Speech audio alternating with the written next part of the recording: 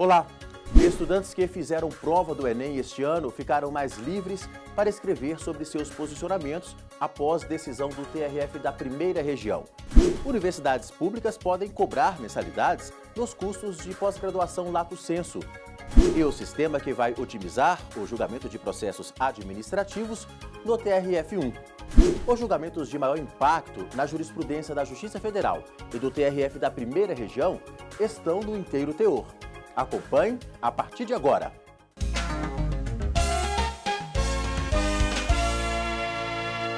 Mais de 4 milhões de estudantes fizeram a prova de redação do Exame Nacional do Ensino Médio, o Enem, no último dia 5 de novembro. E eles ficaram mais livres para escrever sobre seus posicionamentos após uma decisão do TRF da primeira região. Saiba por quê na reportagem de Daniela Garcia. O edital do Exame Nacional do Ensino Médio, Enem, foi claro ao afirmar que o estudante receberia nota 0 na prova de redação se escrevesse algo que desrespeitasse os direitos humanos. Mas a exigência se tornou polêmica e foi inclusive questionada na Justiça Federal pela Associação Escola Sem Partido, como explica o presidente da entidade. Além de violar a liberdade de consciência e de crença e o direito à livre manifestação do pensamento dos participantes do Enem, esta regra que prevê a atribuição de nota 0 às redações que desrespeitarem os direitos humanos, ela também transforma o Enem num imenso filtro ideológico de acesso ao ensino superior, o que também viola a Constituição Federal. Segundo o advogado da associação, os candidatos não podem ser obrigados a escrever algo contrário ao que pensam como regra para entrar na universidade. E mais, o critério de correção é subjetivo. O INEP se defende dizendo que a intenção deles é evitar discursos de ódio. A gente entende que isso não se aplica, porque a redação ela é um ato individual, é um ato reservado do candidato.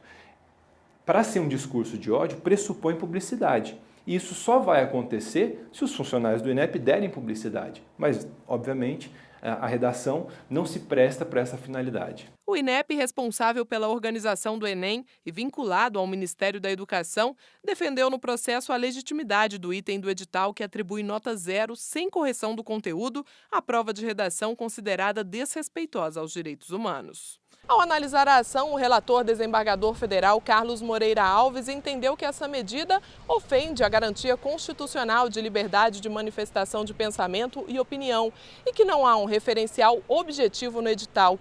Por isso, a turma determinou a suspensão do item. O INEP e a Procuradoria-Geral da República recorreram ao Supremo Tribunal Federal para derrubar a decisão. Mas a ministra Carmen Lúcia manteve o entendimento do TRF1 para garantir o exercício do direito à liberdade de expressão e de opinião. O Enem foi criado em 1998 e avalia o desempenho do aluno no final da escolaridade básica. Diversas universidades usam o resultado do Exame Nacional do Ensino Médio como critério de seleção para ingresso no ensino superior. Daqui a pouco, no inteiro teor, o TRF1 confirma a legalidade da cobrança de mensalidade para quem cursa pós-graduação em Universidade Federal. E mais, sistema informativo vai otimizar o julgamento de processos administrativos na Justiça Federal da primeira região.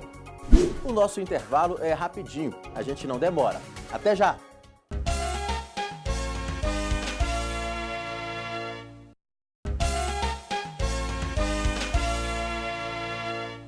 Um estudante do curso de especialização em Direito e Processo do Trabalho da Universidade Federal de Goiás questionou na Justiça a cobrança pela pós-graduação. Em primeira instância, ela garantiu a matrícula independentemente do pagamento de qualquer taxa ou mensalidade. Mas o caso foi parar no TRF1 e a 5ª turma do tribunal aceitou a apelação da universidade. Decidiu que a instituição de ensino pode cobrar valores pelo curso. Aos 30 anos, Luana já acumula 2 graduações, uma especialização e um mestrado. Quando ainda estava na universidade, no primeiro curso superior, já pensava em seguir com os estudos. E para ela, a experiência foi muito positiva. Um dos pontos é pela troca de experiência que a gente tem tanto com os colegas, quanto os colegas que fazem o curso, quanto com os professores. Também porque a gente sempre amadurece nesses processos, né? A gente aprende muito, a gente amadurece como ser humano e também como profissional. Então, com certeza, contribuíram. Eu sempre me envolvi na área de pesquisa, então eu já conhecia professores, já participava de grupo de pesquisa, então já era uma vontade que eu tinha. A especialização foi feita em 2013 em uma universidade pública e de forma gratuita. Mas nem todos os cursos de pós-graduação Lato Sensu nessas instituições são assim. Nós temos curso de especialização há muitos anos na Universidade de Brasília. Alguns, nós somos referência, no Brasil, na área. Por exemplo, na área de odontologia, a área de periodontia, é uma área que é muito procurada. E assim, alguns cursos são pagos e outros cursos são gratuitos. Os cursos de especialização, eles são muito procurados aqui na Universidade de Brasília. São os profissionais, diversas áreas que procuram, depois de formado, uma capacitação. Uma estudante do curso de especialização em Direito e Processo do Trabalho da Universidade Federal de Goiás chegou a questionar na Justiça a cobrança pela pós-graduação. Em primeira instância, ela garantiu a matrícula independentemente do pagamento de qualquer taxa ou mensalidade. Mas o caso veio parar aqui no TRF1 e a quinta turma aceitou a apelação da universidade. Decidiu que a instituição de ensino pode sim cobrar pelo curso. A quinta turma do Tribunal Regional Federal levou em consideração o posicionamento do Supremo em abril deste ano. O STF entendeu que a garantia constitucional da gratuidade de ensino não impede a cobrança de mensalidades em cursos de especialização por universidades públicas. Assim, é possível que as instituições, dentro da autonomia didático-científica, regulamentem em harmonia com a lei as atividades destinadas à extensão universitária. Na discussão do plenário do Supremo, entendeu-se pela legalidade da cobrança e o financiamento privado para a universidade nas atividades de pesquisa e extensão. Esse é o ponto. Então, o Supremo Tribunal Federal uniformizou esse entendimento, até interpretou a Constituição e também a Lei de Diretrizes e Bases da Educação, a LDB, quanto a esse ponto. Diferenciou a pós-graduação Lato Sensu da Stricto Sensu, obviamente. É importante lembrar que o mestrado e o doutorado continuam gratuitos nas universidades públicas do Brasil. A cobrança se refere apenas aos cursos de especialização Lato Sensu.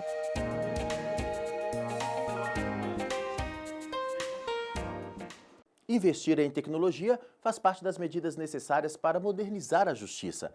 No TRF1, o Sistema Eletrônico de Informações, o SEI, que integra o processo administrativo eletrônico do tribunal, vai passar a ser utilizado também para otimizar o julgamento de processos administrativos. Acompanhe. O Sistema Eletrônico de Informações, o SEI, chegou ao TRF1 há 3 anos e possibilitou uma melhora significativa na organização do fluxo de trabalho. A ferramenta trouxe agilidade, transparência, interação, economia e outros benefícios. Agora, a funcionalidade chamada SEI Julgar deve facilitar o julgamento dos processos administrativos. E o primeiro passo para a implantação já foi dado com este encontro da gestora nacional do SEI com representantes de determinados setores do tribunal. Esse alastramento dessa funcionalidade que já está em uso lá no Tribunal Regional Federal da 4ª Região já há 1 ano, ele vem em bom momento, porque os processos administrativos tramitam e precisam ser julgados em colegiado. E essa funcionalidade nós não tínhamos, nem neste sistema que usamos hoje, que é o SEI, nem nos sistemas anteriores. A funcionalidade SEI Julgar começa pela distribuição dos processos e vai até o julgamento, com todo o controle necessário, as estatísticas e demais informações gerenciais. A gente tem 100% dos processos administrativos dentro do SEI, nada mais justo que tivéssemos também toda a sessão de julgamento com seus controles e mais, com um grande nível de inteligência artificial. Precisávamos dessa organização dentro do administrativo, porque há uma diferença aí muito grande entre processos administrativos e processos judiciais que já nascem distribuídos. A gente quer dar celeridade, aos processos que vão para os órgãos colegiados do tribunal. Nós vamos fazer agora, a Patrícia vai disponibilizar para a gente até novembro o SEI Teste. Nós vamos fazer oficinas, a ideia da gente fazer oficinas com esses órgãos que trabalham, fazendo simulações de julgamento. E logo em seguida, junto com a CEDAP, CEDUP e CEDAP, a gente vai fazer a parte de treinamento, fazer um planejamento de treinamento com os gabinetes.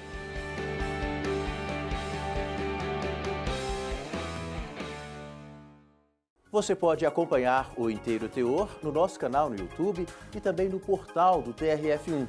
E as notícias da Justiça Federal da Primeira Região estão também no Instagram e no Facebook. A gente fica por aqui. Obrigado por sua companhia e até o próximo programa.